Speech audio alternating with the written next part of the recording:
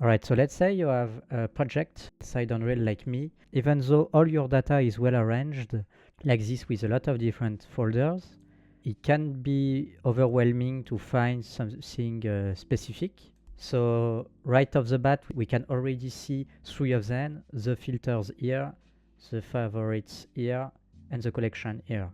So we'll start with the collections. So at the beginning, you will have 0 collection. You will need to click on the plus icon here, and 3 different options shows up. Local collection, it will be collection only on your local Unreal project, and you can share them. So of course, to be able to share your collection, you will need to be connected with source control, but if you have source control enabled, this will appear in white.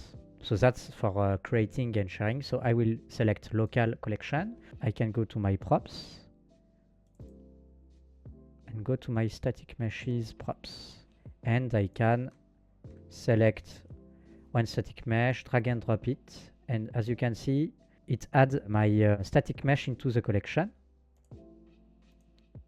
I can rename it here, static meshes. Can do underscore static meshes. I will rename it props. You also can select several assets in the same time, drag and drop, and it will add all your selection. You can also select everything, right click, manage collection, and add them to your static mesh props collection. Up, as you can see, the number increased. So if I go back to this collection, I can see all my assets and I can use them in my levels. One thing you can do is right click on it. You can set the color. If you have several collection, let's say gameplay props, I can, for example, take all my static mesh in the folder gameplay and drag and drop them here. And as you can see, my collection are updated. And it's not just for static meshes. For example, I can go to textures and I can take my texture and drag and drop them. As you can see, it appears on my collection. So it's for whatever you want to put in your collection, static meshes, textures, materials, material instances. It's up to you. What you can also do is to go to the reference viewer of the asset you want to create a collection with. And as you can see, it opens a little window with all the references of this master material called stone. If I right click on it, I can make a collection with references or dependencies. References is what is before the master material stone, and dependencies what is after. And again, you can create local, private, or shared collection. So I will create a local one. And as you can see, it created me a stone dependencies collection. And here you have all the dependencies in one search folder, so it can be very useful if you're looking for all the references of this trash can, for example. You can make a collection with the dependencies. And as you can see, it created me all the dependencies of my trash can. So it can be really useful.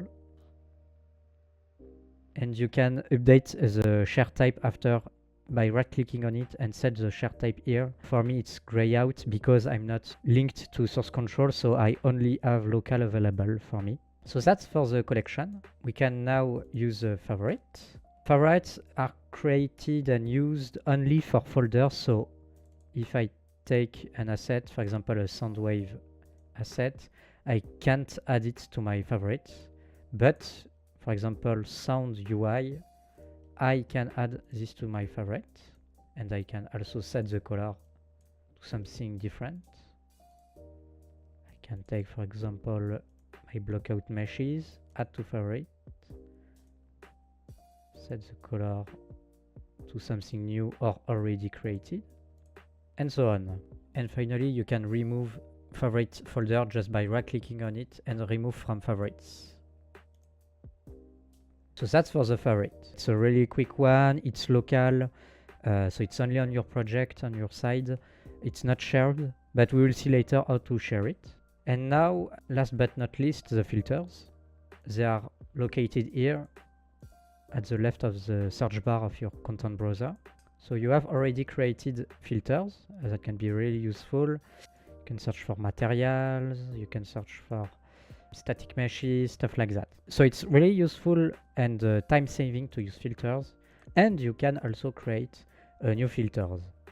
How do it work? So each data in the resource browser of Unreal can be called by a command. For example, static meshes. If I type static mesh here and I select static mesh, you can see it's right type equal static mesh. If I click on enter, it only shows me static meshes. So with those commands, I can select all, Control C to copy it. I can create a custom filter here. So I can name it static meshes with a color. Okay. And the filter string is the command. So I can pass type equal static mesh. Great. Alright, so create and apply will select it, and just create will add it in your filter tab here. If I click on it, it will show me all the static mesh of my project. I can create, let's say, another one to show you. I can name it textures, and we can type equal texture. Create and apply, and it will show me all the texture of the project. So this is how to create custom filters, but basic one. Now I will show you how to create more complex filters with subtractive and additive, filters by name, filters by texture dimensions, and stuff like that. If you want, for example, to create the filters with multiple data in it, you can, for example, say static mesh or SM plus T for static mesh plus texture, let's say. So we'll say type equal static mesh in the filter string. Then you will need to use Alt plus 124 and then type equal texture.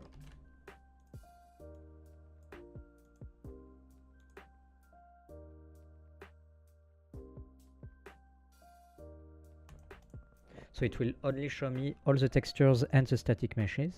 So that's how you can do multiple data searching with one filter. Another thing is if you don't want this filter tab to appear, you can right click and remove all filters. It will disappear, but don't worry, it doesn't delete from the project the filters. You can always find them in the custom filter here.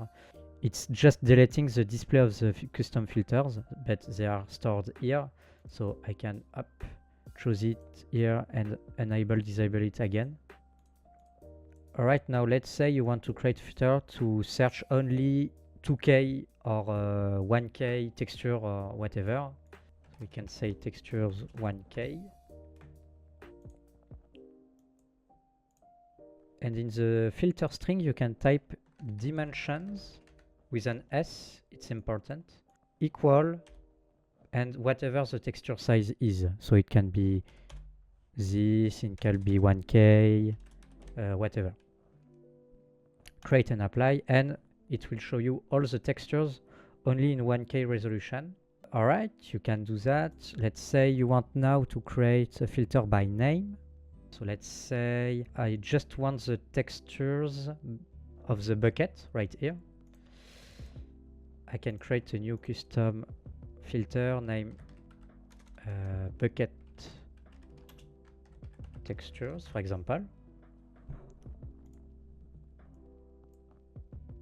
And what you will need to do is to write type equal texture and bucket. Create and apply, and as you can see, it only shows me the texture with the name bucket in it. It can be something like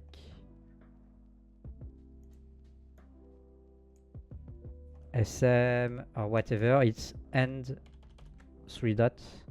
It's whatever you want to call here, with a space between the end with whatever you want to call it. So it can be bottle, it can be SM, it can be whatever you want. As you can see, if I want to edit this custom filter, I can left click here on the little draw icon.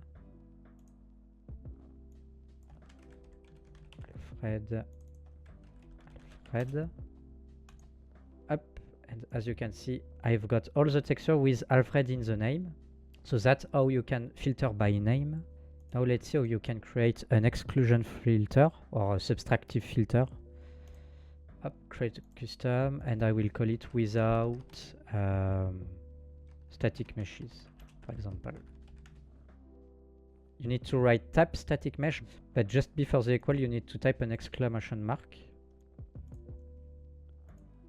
And here we go, this filter is showing me all the data except static meshes, as you can see. One thing weird worth to notice is when we want multiple data to be shown by the filter, we need to add this with Alt 124 and say type equal texture, type equal static mesh, etc. But for the subtractive or exclusion filters, we don't need this. You can just add a little space in between the exclusion string and type, let's say, texture. You don't need this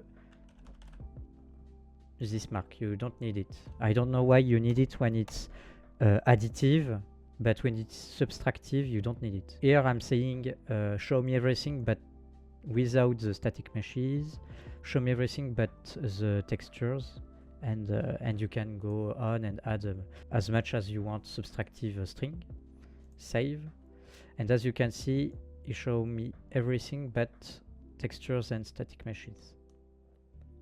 Also, how you can delete custom filters, just go in custom filters, left click on the draw icon and just press delete. So that's how you can do subtractive, additive, texture resolution filters, and that cover pretty much it. That being said, in the outliner you have kind of similar workflow, let's say. As you can see here, if I click on you have like custom filters here too. I already created one called static mesh, and if I click on it, it only shows me data related to static meshes.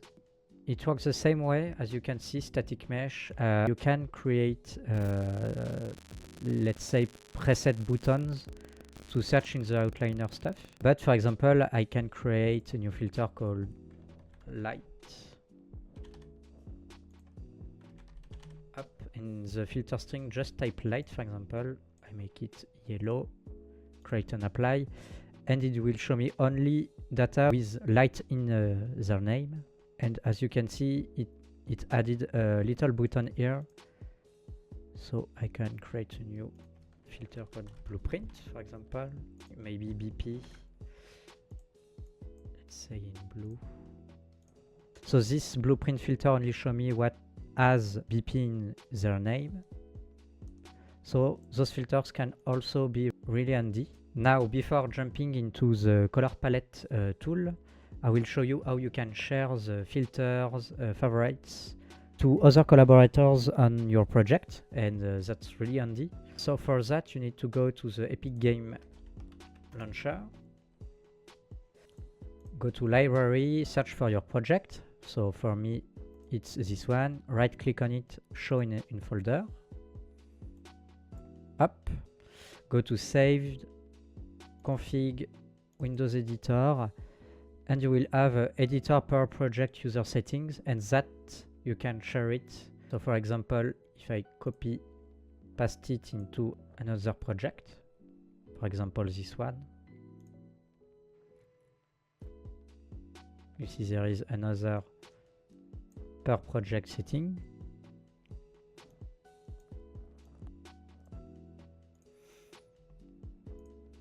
So if I copy paste the editor per project user settings in the other project, I can open it. And now, as you can see, it's added in this new project. The 3 filters I created and the custom filters I created. Those 2 favorite folders has not been shared. Why? Because it's kind of logic, but I don't have a blockout and a UI folder in this project, so it cannot find the folder, so it didn't created those 2 favorites folder. But if you do favorites with folders that are in both projects, you can easily do it. For example, if I go to content and do, let's say, starter content and add to favorite, you can see it right here. And I will copy paste again the editor per project user settings.ini.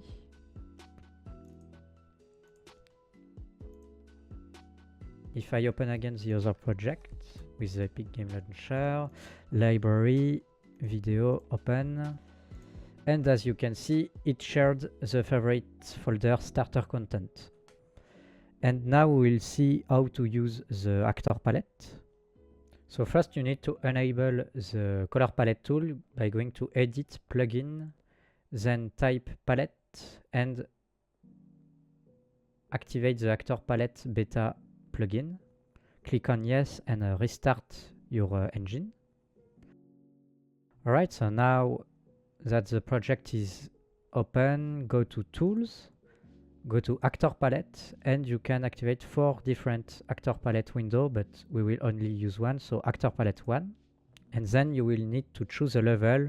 So I hardly recommend you to do like me, a custom level with just a floor and all your static meshes instantiated in it to be able to pick them easily with just a skylight and a directional light, nothing crazy, to be able to load the level very fast, because if the actor palette needs to load a very big and complex scene, we lose the use of this feature. So don't do complex and AV levels for your actor palette.